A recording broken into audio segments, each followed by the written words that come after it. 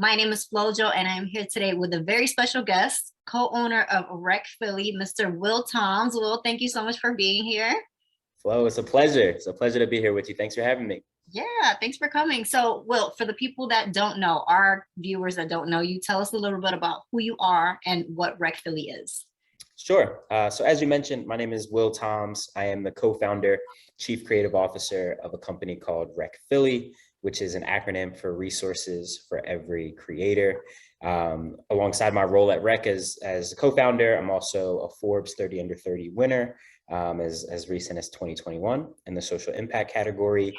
I am a big advocate and lover of my community. I serve on several boards in the nonprofit space, fighting food insecurity for folks in Philadelphia. And also, one of the organizers of a few different service projects. But Rec Philly specifically is really like, I think the best way to explain it is we're a gym membership, but for creative people. So what that really means is we have a 10,000 square foot creative space here at 9th and Market, right downtown Center City, Philly. And inside of that, when you walk in, is 14 private studios, ranging from photography studios to recording studios to podcasts. We have a co-working space, a retail store, specifically all the things that we as creatives need to be able to create our art, to create content, etc. But then underneath that, we also have all sorts of educational programming, teaching entrepreneurship through the lens of creativity. So we as creatives know how to make more money doing what it is we love to do. So Rec essentially is a hub of all things for creatives with a creative agency as well. But yeah, in short, that's what we're all about.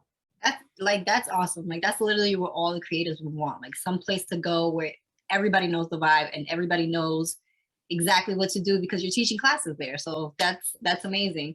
So, okay, co-owner of Rec Philly, right? Yep. You just talked about being on TEDx, Forbes 30 Under 30. Yep. Now you're a published author. So talk to us a little bit about your book, Uncommon Sense. Yeah. So yes, as you mentioned, I just released my very first book. It's called Uncommon Sense, Your Strategy Guide to Creative Freedom. And essentially the reason I wrote the book was because in my role at Rec, I've had the privilege of working with hundreds of creatives from all sorts of backgrounds, all different kind of like levels of success along their journey. And what I noticed over time was a lot of us as creatives, we all need to understand the same basic principles if we're going to build a profitable business around our passion. So what I set out to do with this book was really to say, hey, here are the 10 concepts that if you understand, if you master, I promise you, you will be able to earn more money doing what it is you love. So as creators, right, we're not lazy, but sometimes it's really important to understand, like, what exactly do I need to do next? What exactly should I be focused on right now? And in my opinion, I think Uncommon Sense gives you a really simple strategy guide to be able to build your business on top of. Yeah, I'm definitely not lazy. I know that I'm not lazy, so I do need a strategy guide. So I'm definitely going to go ahead and read your book. And I know you do a lot of volunteer work in the community, including something called the Big Cleanup Philly. So what is that event and how can we get involved? Sure. Yeah. So the Big Cleanup was really a response to what was happening a couple of years ago with all of the uprisings following, the murders of George Floyd, et cetera. And at that time in Philadelphia, like I'm sure, other cities were as well, there was a lot of damage left in our communities, right? There was a lot of just garbage and just blight in our communities based off of what was happening as folks were uprising in different ways, whether they look like looting, whether they look like, the marches, et cetera. And essentially what we said is like, yeah, we're not going to wait for anybody else to come in and put our neighborhoods back together. We're not going to wait for anyone else to clean our blocks. So essentially what the Big Cleanup is a movement that essentially brings together volunteers from anywhere around our region to focus on a specific neighborhood of our city once a month, where we get outside, brooms, shovels, dustpans, and we just start cleaning up blocks. Right? Like there's something powerful about, if I'm from Germantown, but I'm in West Philly, cleaning up somebody else's grandmom's steps, just as a reminder that really all we need is each other, and we don't need to wait for anyone else to do the things for our neighborhood that we see fit. Right. So that's what the Big Cleanup is. It's been beautiful to watch hundreds of people come out from all over the city and even beyond to just say, yo, we believe in solidarity and we believe in doing things together. And, for folks who believe in that and they want to be a part of it, Our first cleanup of this season is actually coming up the last Sunday of this month, which is Sunday, May 29th. And Okay. we're actually going to be getting together up in the Alany section of the city. So for folks who want to, stay tuned, please follow us on Instagram at The Big Cleanup Philly. Yes, that's awesome. So I'll be there. I'll make sure that I'll be there. All Lit. right. I'll see you out there. So, we know the quote that says that leaders don't create followers, they create more leaders. Yeah. So what advice would you give someone who wants to help their community but doesn't know where to start? That's a beautiful question. My advice actually, and this is coming from someone who's built something that they really believe in, and someone who is an entrepreneur in almost every sense of the word. Mm-hmm. For folks who are like, yo, I want to build something, but I don't know where to start, the best advice I can give is go find the people who are already doing the work that you admire, the work that you respect, and do everything you can to make their lives easier. The best way to build yourself up as a leader is to see what it looks like to be led well, right? To see what it looks like to be a really great follower and supporter. So I would say, yo, don't reinvent the wheel in your first swing. Mm-hmm. Go figure out who's already trying to solve the problems that you care about and help out and get involved. Because before you jump into trying to build your own company, which is extremely challenging, you got to know what the space is already, who's there, learn the language, right? And even be able to do some work that's connected to like somebody else's name, right? And after that, after you've learned and built relationships of your own, you understand how the business works, then you can use those relationships and that information to be able to build something of your own. That's amazing, because I never thought about that. Build connections already, and then you have that team of people that's going to help you out for your venture. So look, let me just say something a little bit further, right? When a lot of folks are looking to take a leap, if like maybe they're working a full-time job and they're like, yo, I know I want to be an entrepreneur, I know I'm an artist, or I want to go build something of my own. I always tell people like that job is your first investor. And what's even more important than that job giving you the money to save and then prepare yourself for your exit, really it's all about, one, working for somebody that you respect, who can open you up to the networks, right? And really put you in the network of the doers, right? That may turn into your first clients, that may turn into your co-founders, that may turn into, those early customers. And then the second part of that is, when people are paying you, if you are lucky enough to have like a job that's somewhat connected to your field that you want to go and pursue, you get to learn on somebody else's dime, right? Like that's what the magic is. Yeah. So before you go and quit and do your thing, make sure you feel like you've made some really important relationships, and you've also learned everything you can learn before you take that risk. Mm-hmm. Yeah, that definitely makes sense. That makes sense, because I know a lot of people that are just like, I'm going to quit and then try, instead of having that foundation first. Right. Easing into it. So yeah, that definitely makes sense. They be quitting, no plan, just vibes. Right, just going along with it. I mean, that might work. You never know, but it's better to have a foundation. You're right. So I was on your page. I'm not sure if it was your page or Rec Philly page, but I saw a video the other day, and it was titled "Think Different," where you talk about being the change that you want to see. So I'm very big on being who you want to be now. However, that involves rebranding yourself. And I know that's something that's easier said than done. So now that you're an author, maybe you could talk a little bit more about that. What tips can you give us as creatives when we're trying to rebrand ourselves? Yeah, this is a really great one. So I'm somebody who really deeply believes in like personal branding and like at least understanding what that's all about.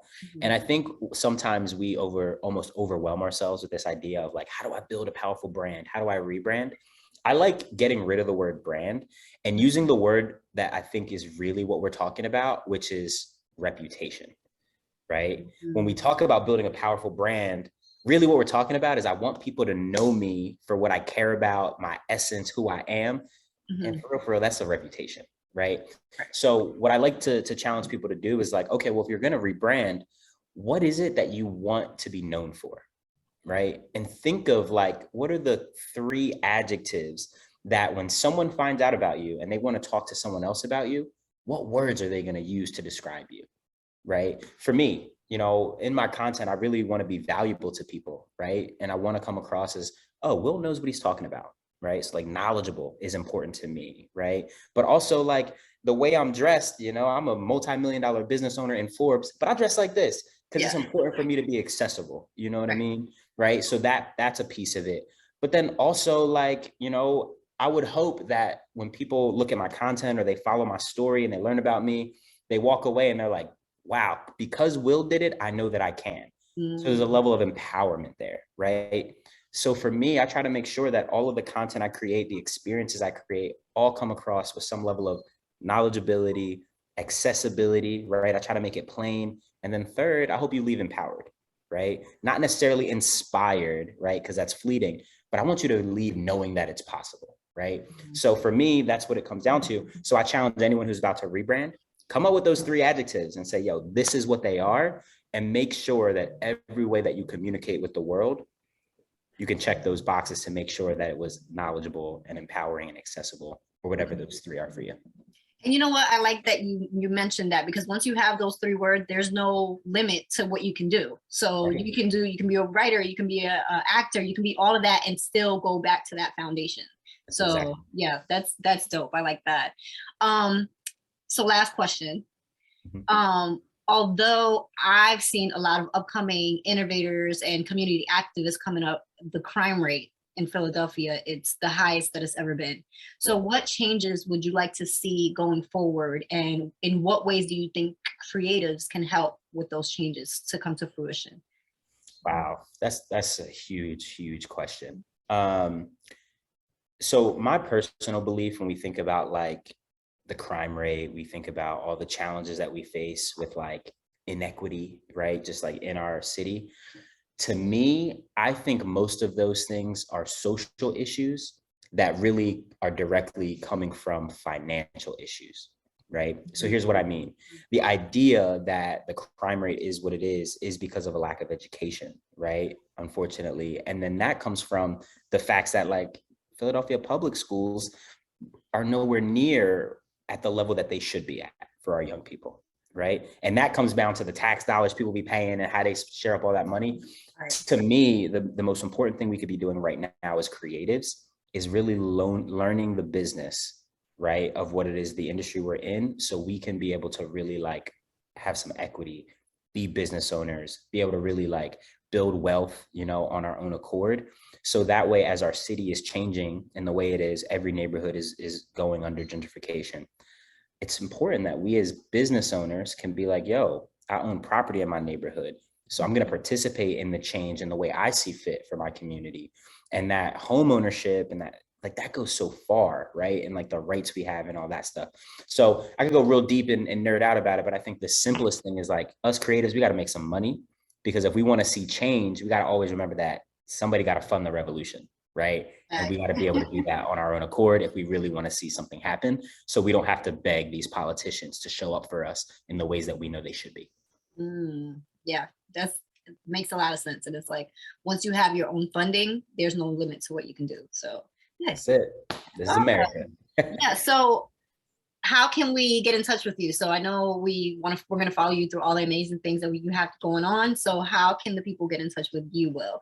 Yeah. If y'all want to follow my journey, get in touch with me. I'm very active on social media. You can follow me on Instagram and Twitter at the Will Toms. THE Will. Last name is Toms. TOMS.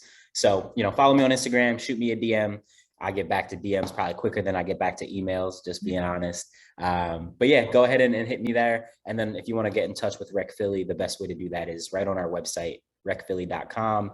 Would love for y'all to book a tour for free. Come check out what we're all about. Yes, awesome. Well, there you have it, everyone. Thank you so much, Will, for stopping by. We're wishing you so many blessings on your career going forward. I'm Flojo, and this has been the PHL Standard Podcast Uncut.